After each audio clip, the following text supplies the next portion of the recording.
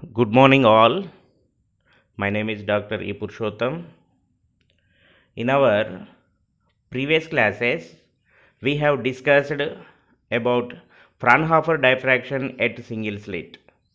So, in this Fraunhofer diffraction at single slit, we have discussed about path difference, number 2, phase difference, number 3, resultant amplitude, number 4, intensity, number 5, principal maxima, number 6, secondary maxima. Today I am going to start Fraunhofer diffraction at double slit. So Fraunhofer diffraction at double slit. Fraunhofer diffraction at double slit. You see carefully this figure. So this is the light source of light. The source of light is incident on the convex lens. From the convex lens, a parallel or plane wave is produced. This is the plane wave. In single slit also we observed plane wave. To get plane wave, we are using here this lens, convex lens. Convex lens. So this parallel or plane convex lens is incident on the AB and CD slits. What is the AB and CD? These are the slits, double slits. AB is equal to E, CD is equal to E. What is slit width? So E. So from here to here, this is AB. So this is the center. This is C, this is D, this is the center. So from this place to this place, this is E by 2. This is E by 2. E by 2 plus E by 2. From this point to this point, so this is E plus D, because from BC is equal to D. BC is equal to D. Simply you observe here, let AB, comma, CD be the two parallel slits. The equal width of these slits will be small e. What is AB, CD? AB and CD are the two parallel slits. So we show that this is S1, S2, also parallel slits. The width of these slits, let small e. These two slits are separated by a distance D. So BC distance is equal to D. Separated by a distance D. The distance between the corresponding middle points of two slits is E plus D. You observe here E plus D, S1. The distance between S1 is equal to E plus D. You clearly observe. A monochromatic light of wavelength lambda is incident normally upon ABCD slits. So a monochromatic light or plane light wave, monochromatic light wave is incident on the AB and CD slits. AB and CD, two slits. Then the light diffracted from these slits in focused by a lens on the screen XY. This is the screen XY placed at a distance of focal length. From here to here, focal length distance. Focal length at two slits is, so focal length distance placed in the focal plane of the lens. The diffraction at two slits is the combination of diffraction and also interference. So these two slits gives the interference pattern and also a diffraction pattern. That is, the pattern on the screen is a diffracted pattern due to a single slit on which a system of interference fringes superimposed to each other. We observed in single slit also same images. This is bright central image. Bright central image we observed. This is maxima or minima. Maxima or minima intensity values. This is due to the diffraction pattern. Diffraction pattern. So simply what I am saying here, you clearly observe here. So from the source, monochromatic light source, the light is incident on the convex lens. So the monochromatic light source gets the plane light source. This monochromatic wavelength, lambda wavelength light is incident on the ABCD slits. ABCD slits.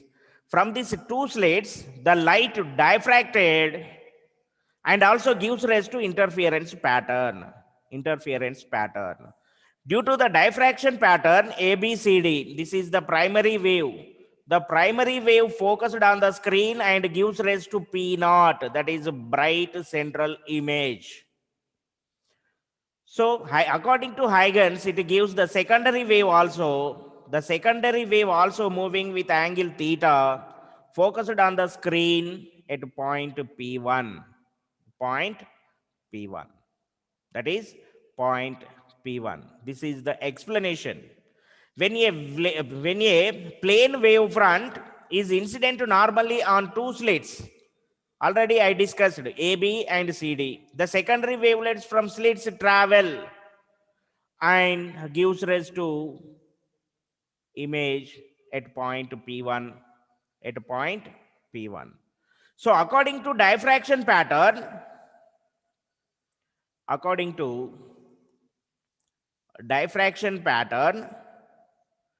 due to the single slit, the resultant amplitude is equal to A sine alpha by alpha. We know very well, where alpha is equal to pi e sine theta by lambda. Pi e sine theta by lambda. But we consider double slit from each slit. What I am saying? So due to the single slit, the resultant amplitude value is R is equal to A sine alpha by alpha, where alpha is equal to pi e sine theta by lambda. But due to the double slit, a wavelet of amplitude A sine alpha by alpha in direction theta. These two wavelets interference meet at point P1 on the screen. We can calculate the path difference also. You see here. So this is already I discussed. Let AB, CD be the two parallel slits. The equal width of these slits will be small e. These two slits are separated by a small distance. Already I discussed up to here. So the path difference, according to diffraction, due to the single slit, the resultant amplitude A sine alpha by alpha is equal to pi e sine theta by lambda. In double slit, the combination of interference and diffraction we will observe here. But we consider a double slit from each slit, we get a wavelet of amplitude A sine alpha by alpha in a direction of theta. These two wavelets interference and meet at point P on the screen. Meet at point P1 on the screen. To calculate the path difference between wavelets, let us draw a perpendicular S1K and S2K, you see in this figure. So we should take, this is S1K and S2K. This is S2K is the path difference. S2K is the path difference. So we can calculate here, you see. So here, sin theta is equal to S2K by S1K. We will calculate here. You see here. From the triangle S1, S2K, I want to take sin theta. Sin theta is equal to opposite side S2K by AB. So path difference S2K, that is equal to AB sin theta. What is the AB value? E plus D. This is E plus D sin theta. Yesterday, path difference for single slit delta is equal to E sin theta. This is the path difference. But here, from here to here, E plus D. So E plus D sin theta. You can see here. The path difference delta is equal to E plus D sin theta. That is equation number 1. So number 1. The path difference between wavelets from S1 and S2 in the direction of theta is S2K is given by, from the figure, delta S1K S2. Sin theta is equal to S2K by S1 S2. So this is S2K is equal to S1 S2, S1 S2 E plus D sin theta. Already I gave the proof. So phase difference, path difference completed, phase difference. The relation between phase difference and path difference is given by 2 pi by lambda into path difference. So here phase difference is equal to 2 pi by lambda into path difference. So 2 pi by lambda, what is path difference value? E plus D sin theta. Number 3, resultant amplitude. So the resultant amplitude is given by R is equal to 2A sin alpha by alpha into cos beta. This is qualitative. So qualitative. In our syllabus, it is a qualitative one. So we are giving direct principle. So resultant amplitude R is equal to 2A sin alpha by alpha into cos beta, where alpha is equal to pi sin theta, beta is equal to pi into E plus D sin theta. Just to take at the place of E, we should take E plus D. Beta is equal to pi into E plus D sin theta by lambda. So resultant intensity, resultant intensity. The resultant intensity is given by I is equal to R square. We know very well I is equal to R square. That is equal to this R square 2A sin alpha by alpha cos beta whole square. So I is equal to 4A square sin alpha by alpha whole square cos square beta. So from this equation, we can observe here this A square sin alpha by alpha. We know very well. What is this A square sin alpha by alpha whole square? This is a single slit maximum intensity. Single slit intensity, single slit diffraction pattern. So it gives the diffraction pattern. But cos square beta, this is the interference pattern. You see here, so intensity I is equal to 4A square sin alpha by alpha whole square cos square beta. This is the principle. So from this relation A sin alpha by alpha or A square sin alpha by alpha whole square, that is intensity for single slit diffraction. So this factor gives rise to diffraction pattern A square sin alpha by alpha whole square, which represents the diffraction pattern due to the single slit. But cos square beta, which represents the interference pattern due to the wavelets from double slit. So this is the double slit. Very, very, very important. You see again here. So this is the Fraunhofer diffraction. Explanation you can write in your own words. So explanation you can write in your own words. So this is explanation. Explanation and also construction. Explanation, construction. So from the monochromatic light source, monochromatic light beam is incident on the convex lens. From the convex lens, a parallel plane wave is produced. This plane wave is incident on the AB, CD double slits. From this AB and CD slits, the light rays are diffracted and also gets interference pattern. In double slit experiment, it is the combination of a diffraction pattern and interference pattern. It is the combination of interference pattern and a diffraction pattern. So the primary light rays are incident on the convex lens. These are focused at point P naught. Point P naught is known as bright central image. Bright central image. So remaining secondary wavefront moving with angle theta allowed to fall on the convex lens focused at point P1 on the screen. It gives the maxima and minima intensity values. So let AB is equal to CD is equal to E is the slit width.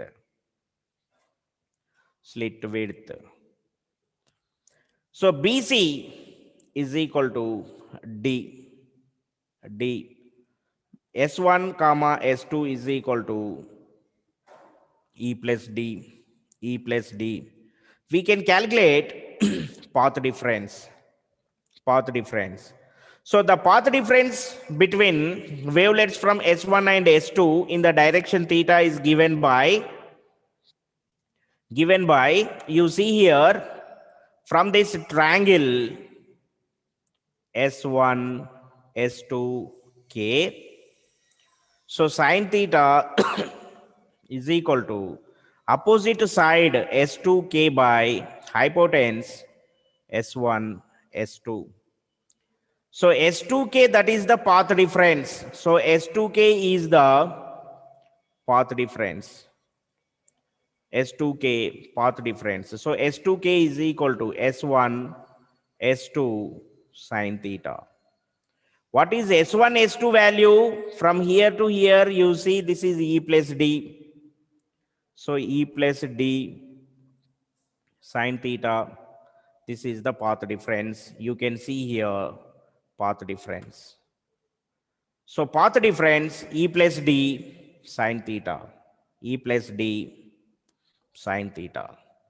Phase difference, you know very well the relation between phase difference and path difference is equal to 2 pi by lambda. This is phase difference is equal to 2 pi by lambda into path difference.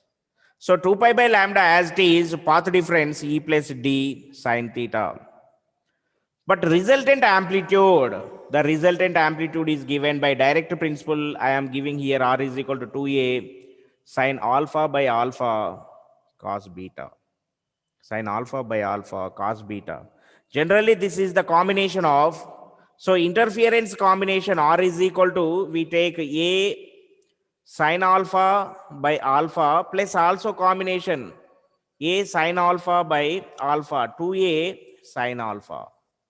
We get 2A sine alpha by alpha. Remaining, this is interference factor.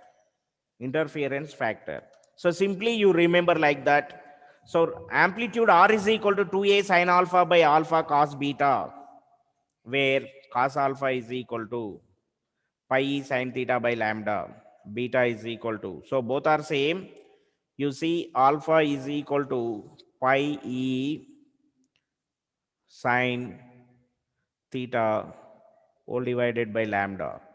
So beta is equal to, just to change at the place of E, remaining same, sine theta by alpha. Sine theta by, this is lambda, not alpha, lambda. So just at the place of E, you take E plus D, that's all beta. So pi into E plus D sine theta by lambda. Resultant intensity. The resultant intensity is given by, we know intensity is directly proportional to R square. I is equal to K R square. So if K is equal to 1, 1, we can take I is equal to R square. So I is equal to R square, substituting R value. This is 2a sine alpha by alpha cos beta whole square. So whole square. So 2a whole square, 4a square. This is sine alpha by alpha whole square into cos square beta. From this equation, we can say that number one, first one, this a square sine alpha by alpha whole square represents that diffraction pattern due to a single slit. Single slit. Second one, cos square beta, which represents the interference pattern due to the double slit. Due to the double slit Fraunhofer diffraction. This is the Fraunhofer diffraction at double slit. Fraunhofer diffraction at double slit.